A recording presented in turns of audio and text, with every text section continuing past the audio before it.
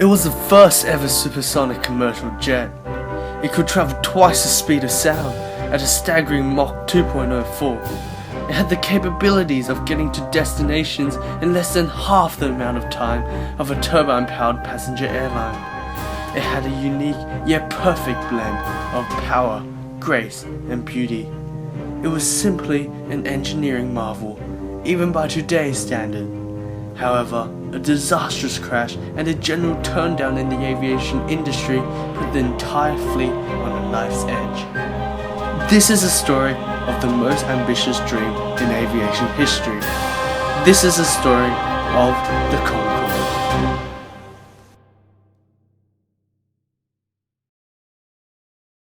Developed and manufactured by Aerospatiale and the British Aircraft Corporation, it was the first ever aircraft that made commercial supersonic travel a reality. First introduced on the 26th of January 1976, it saw huge consumer interest. Before the Concorde had even been put into service, there were 74 Concordes reserved from 16 different airlines. No airline wanted to be seen without a Concorde. The 29th of May 1967 issue of the Aviation Week and Space Technology article featured a 2-page promotion of the Concorde, and in it had predicted that 350 Concordes were to be sold by the end of 1980. It seemed like a bright future for the Concorde, not surprisingly considering the fact that it was an extraordinary feat in engineering history. However, the Concorde had competitors. The Russians were developing the Tupolev Tu-144, which managed its first test flight 2 months earlier than the Concorde did. It was also the first commercial supersonic jet to fly at Mach 2. The Americans were also developing the Boeing 2707, which had an ambition to travel at Mach 3. Fortunately for the Concorde, the Tupolev Tu-144's budget restriction, as well as a crash during the 1973 Paris Air Show, delayed development. Eventually, it had been introduced in 1977, nearly 2 years later than the Concorde. A year later, a test flight crash permanently grounded the entire fleet. And that was the end of the Tu-144. The United States of America posed a bigger threat to the Concorde. After the Americans had learned that the Concorde was originally budgeted at £150 million, but went on to cost £1.5 billion instead, the Americans decided to scrap the Boeing 2707 project. Wall Street was not prepared to fund it, and instead put their money into another Boeing aircraft, the Jumbo, the Boeing 747. It could not even travel half as fast as the Concorde, but could carry 4 times as many passengers. The Concorde was now in a new competition, a competition between speed versus size. To win some customer interest, a Concorde was flown to cities all around the world, hoping that it would change the minds of many to prefer the Concorde over the 747. At first, it had drawn a lot of attention. Many would take the day off just to go marvel at the Concorde. However, when it had reached Sydney, Australia, many would take the day off to protest instead. They were concerned about the environmental damages that the Concorde could do. It wasn't just the environmental issues too, it was also the sound.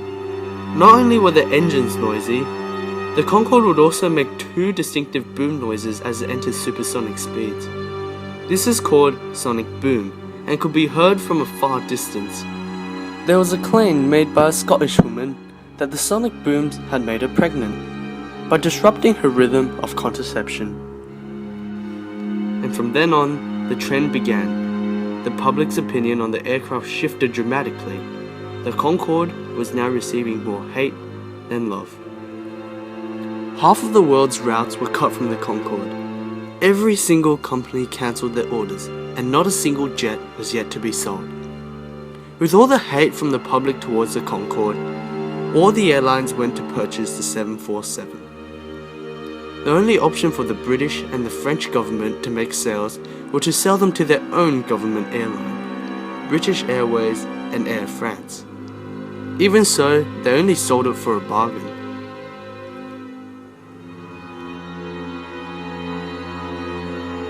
In the first 6 years of service, the Concorde lost money. It lost lots of money. In 1982, British Airways boss John King decided that the Concorde had to make profit quickly, or else the operation would have to be ceased. He gave this responsibility to Captain Brian Walpole. He and his crew asked businessmen what they thought a ticket on the Concorde would cost. Well, most of them didn't know. It was their secretaries of travel companies that were doing the bookings. And when asked to guess, because the senior, very important people, they all guessed that the fare was higher. So very simply, we said, we'll charge them what they think they're paying. By rebranding the Concorde and pushing the prices up, it had turned into an elite class for the rich and famous. When ordinary people wanted to fly the Concorde, British Airways were quick to provide cheaper charter flights, which was still considered a class of its own. By doing this, love from the public began to return. The Concorde began making profit, and a lot of it too. In its good years, it had made a quarter of British Airways' profits. A very respectable amount considering the fact that it was only a fleet of 7 jets. Finally, the future of the Concorde looked secure.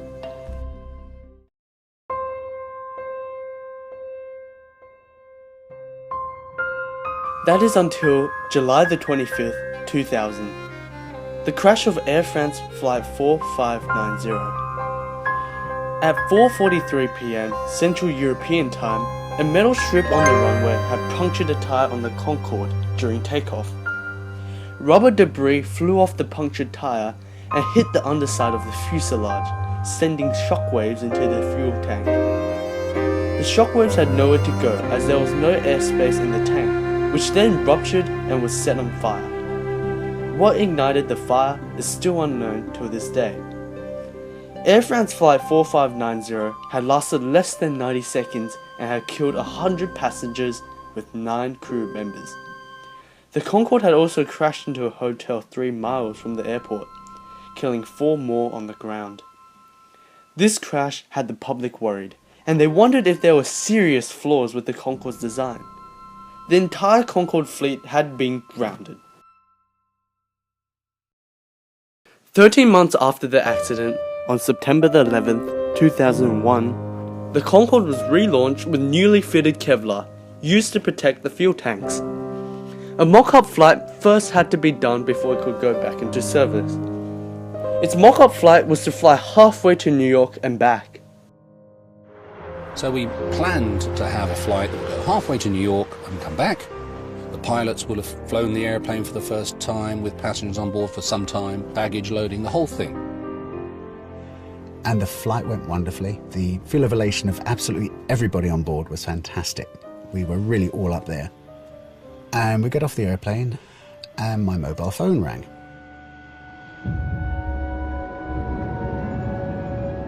And it was my youngest son. He was saying, "Dad, have you heard what's happened in New York?" And we had landed back at Heathrow just before the first airplane crashed into the World Trade Center. And then my son said, "Oh my God, an airplane's hit the other tower." And at that point, we looked at each other and knew exactly what this meant. It was so sad.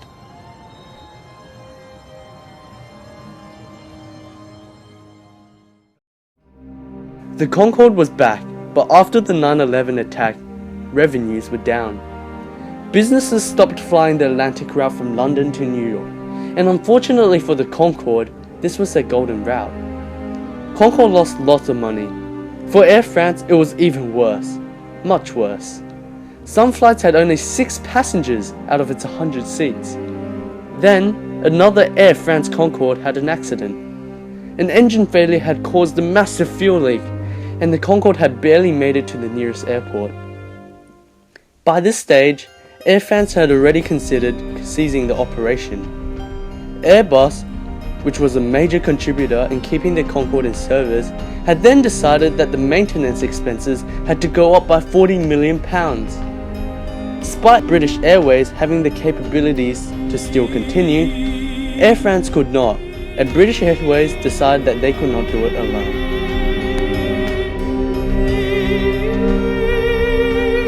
"17 months after the relaunch, On the 26th of November 2003, both British Airways and Air France announced the retirement of the entire Concorde fleet. Of the 20 existing Concordes, 18 of them remain in museums all around the world. There is very little chance that the Concorde would ever be able to fly again. It was a very unfortunate ending for such a wonderful piece of engineering. It was a series of unfortunate events that eventually led to the downfall of the Concorde. However, there have been many enthusiasts planning to bring the Concorde back into service. If this fails, though, we may not see another commercial supersonic jet for another 15 years.